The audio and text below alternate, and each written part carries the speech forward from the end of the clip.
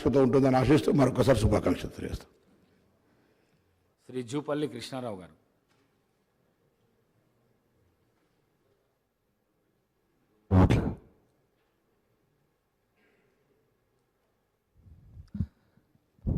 గౌరవ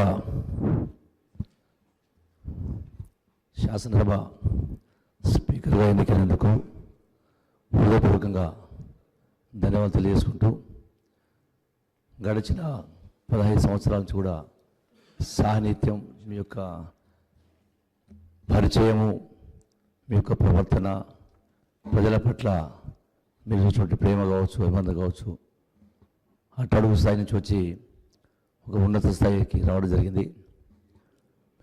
అభినందిస్తూ ఈ లక్ష్యంతో తెలంగాణ రాష్ట్రాన్ని సాధించుకున్నాము. ఆ లక్ష్య సాధనలో అన్ని రంగాల్లో తెలంగాణ రాష్ట్రం దేశానికి ఆదర్శంగా ఉండాలని అమరవీరులు ఆకాంక్షించారు. ఆ లక్ష్య సాధనలో ఈ యొక్క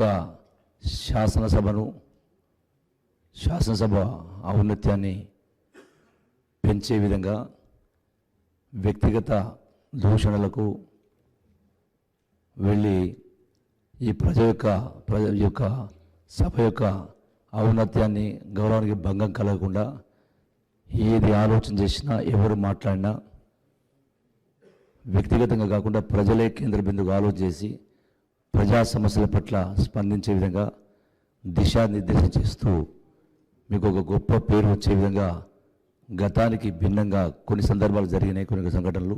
దాని భిన్నంగా ఈ యొక్క రాష్ట్ర శాసనసభ ఔన్నత్యం దేశానికి ఆదర్శంగా ఉండే విధంగా మీకు కీర్తి ప్రసిద్ధి తెచ్చే విధంగా ఉండాలని చెప్పిన భగవంతుని ప్రార్థిస్తూ మరొకసారి 3వ పర్యాయం ఈ యొక్క శాసనసభ స్పీకర్గా ఎన్నికైన మీకు మరొకసారి